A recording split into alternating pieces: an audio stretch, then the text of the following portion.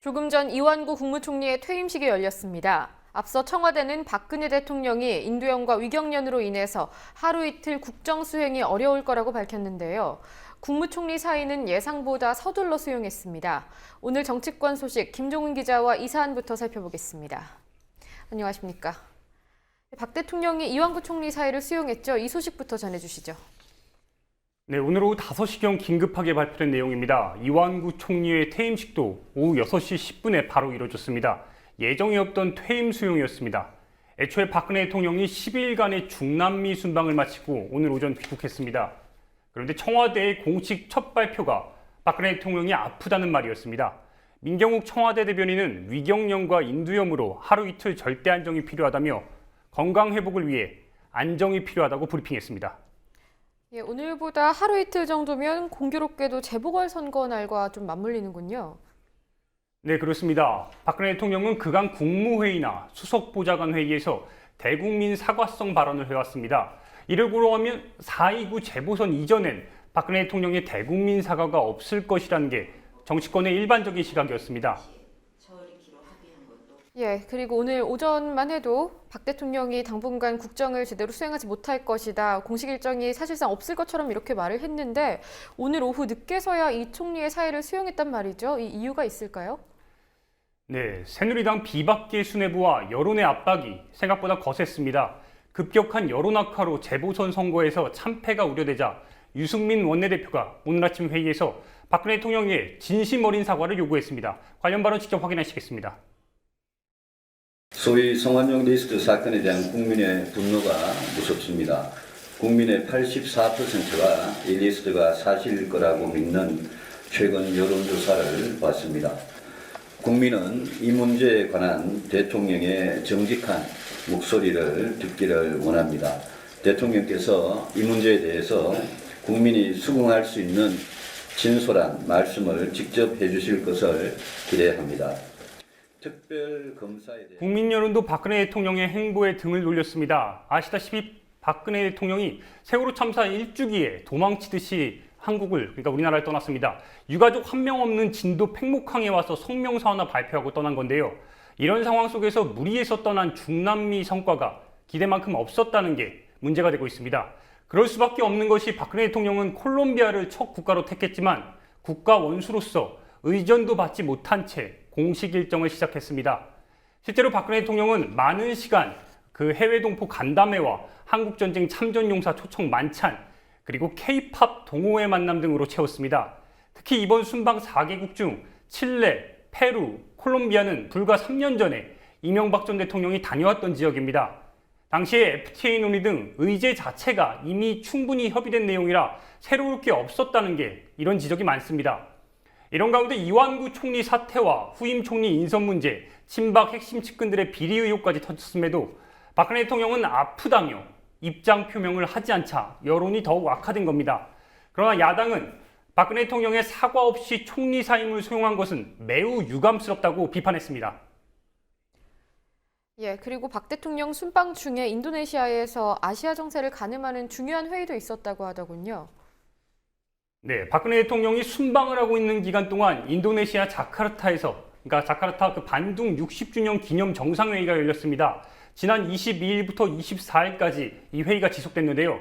반둥 회의는 1955년 4월 18일 인도네시아의 반둥에서 아시아와 아프리카의 29개국 대표단이 모여 이렇게 개최한 국제회의로 아시아 아프리카 회의라고도 불리는 중요한 회의입니다.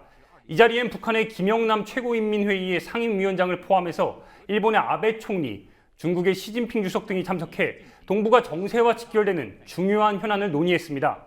그런데 박근혜 대통령은 이 기간 동안 중남미 순방을 이유로 이 회의에 불참했습니다. 문제는 반둥 회의에서 박근혜 대통령을 제외한 일본과 중국만 협력을 추구하겠다는 메시지를 발표했다는 점입니다. 당장 야당의 반발이 이어졌는데요.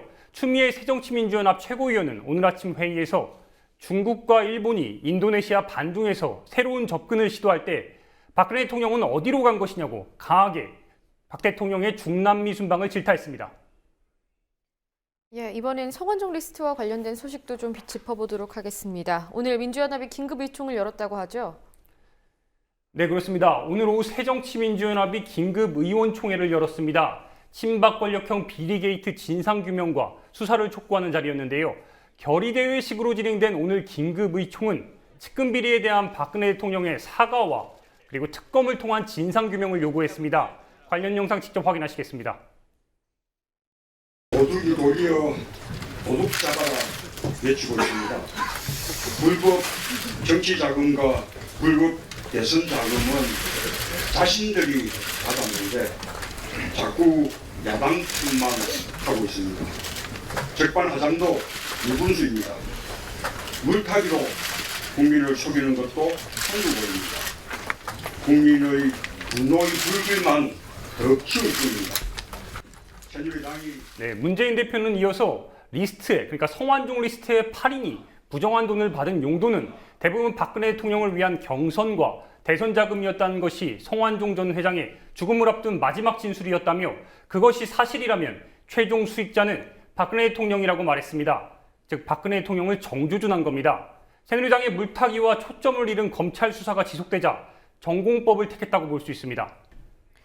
예, 국정이 상당히 혼란스러운 상황인데 세월호 참사와 관련해서도 좋은 소식은 들리지 않습니다. 오늘은 세월호 특조위의 이석태 위원장이 광화문에서 농성을 시작했다고요?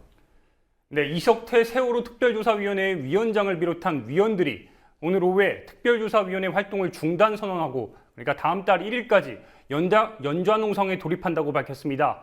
현재 이순신 동상 뒤에서 이석태 위원장과 권영빈 진상규명 소위원장, 그리고 박종훈 안전사회 소위원장, 최일숙 비상임위원이 농성 중입니다.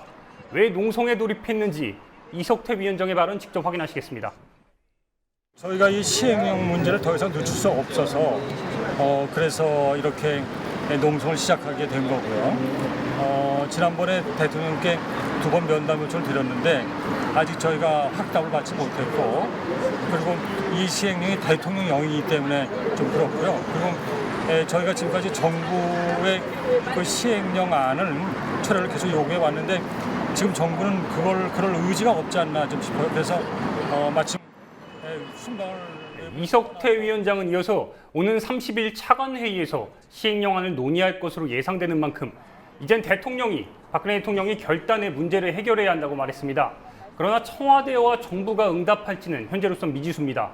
앞서 이석태 위원장은 지난 22일에도 기자회견을 열고 파견 공무원이 진상규명 조사를 총괄하고 조사 인력을 축소한 정부 시행령의 철회를 요구하며 공개 토론까지 제안했습니다.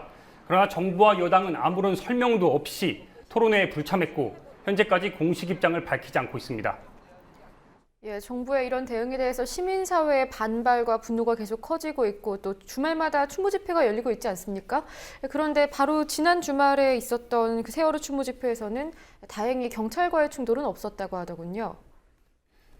네, 지금 말씀 주신 그대로입니다. 지난 토요일에 세월호 범국민 추모제가 있었습니다. 세월호 유가족 100여 명과 5천여 명의 시민들이 함께했습니다. 우려는 컸지만 다행히 충돌은 없었습니다. 이유가 있습니다. 경찰이 추모 집회가 진행되는 동안 광화문 북단에 폴리스 라인과 병력 5천 명을 대기시켰으나 이번에 위압적인 차벽, 그러니까 경찰 차벽을 세워놓진 않았습니다. 차벽으로 인한 충돌의 여지를 막은 겁니다. 한편으로는 세월호 유가족들과 국민대책위의 선택도 주요했습니다. 여느 때와 달리 이번엔 집회 후 행진 대신에 집회 전에 서울 동서남북에서 각각 광화문 광장으로 행진 후 행사를 진행했습니다. 이 때문에 이례적으로 세월호 집회 자체가 저녁 7시 40분을 기해 끝났습니다. 전명선 세월호 가족대책위 운영위원장은 이날 경찰은 우리를 폭력 집단이라고 호도하고 고립시키려 했다고 비판하면서 박근혜 대통령의 대답을 듣기 위해 오늘은 평화롭게 집회를 정리한다고 밝혔습니다. 차벽이라는 경찰의 자극만 없다면 세월호 농성 자체가 얼마든지 평화적으로 이루어질 수 있음을 보여준 겁니다. 평화적 집회를 보호하지 않는 경찰의 과잉 진압이 충돌 원인이라는 주장이 설득력을 얻고 있습니다.